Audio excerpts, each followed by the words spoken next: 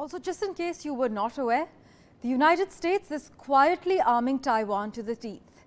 US President Joe Biden recently signed off on an $80 million grant to Taiwan for the purchase of American military equipment. China said it deplores and opposes what Washington had done. But why do we need to pay close attention to this development? Well, that $80 million I just told you about is not a loan. It actually comes from American taxpayers.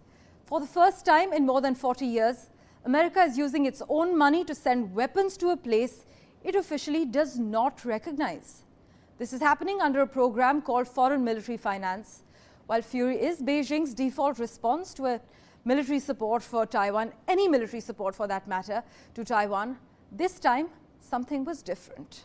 Here are the details. Diplomats from United States and China are conducting one meeting after another in the run-up to the high-profile Joe Biden-Xi Jinping meet expected to be held later this month. While these meetings are aimed at improving the US-China relations, which have plummeted to new lows in the recent past, the US is quietly arming Taiwan. In August, the Biden administration approved the first-ever US military transfer to Taiwan under a program generally reserved for assistance to sovereign independent states.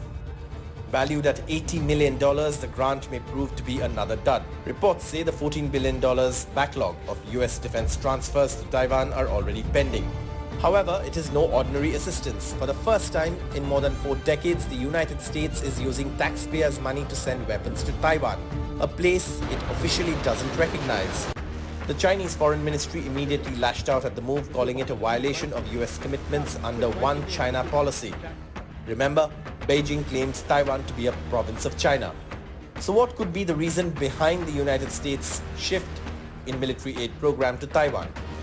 Experts say that Taiwan is not well equipped to handle a Chinese attack and the United States wants it to be prepared. On the other hand, China has the world's largest navy at its disposal, according to reports.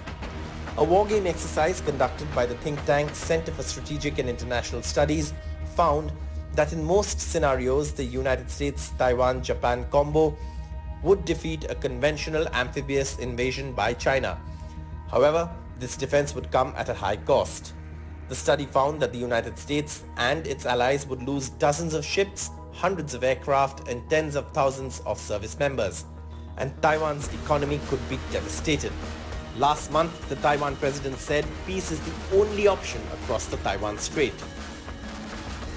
India will keep a close eye on these developments.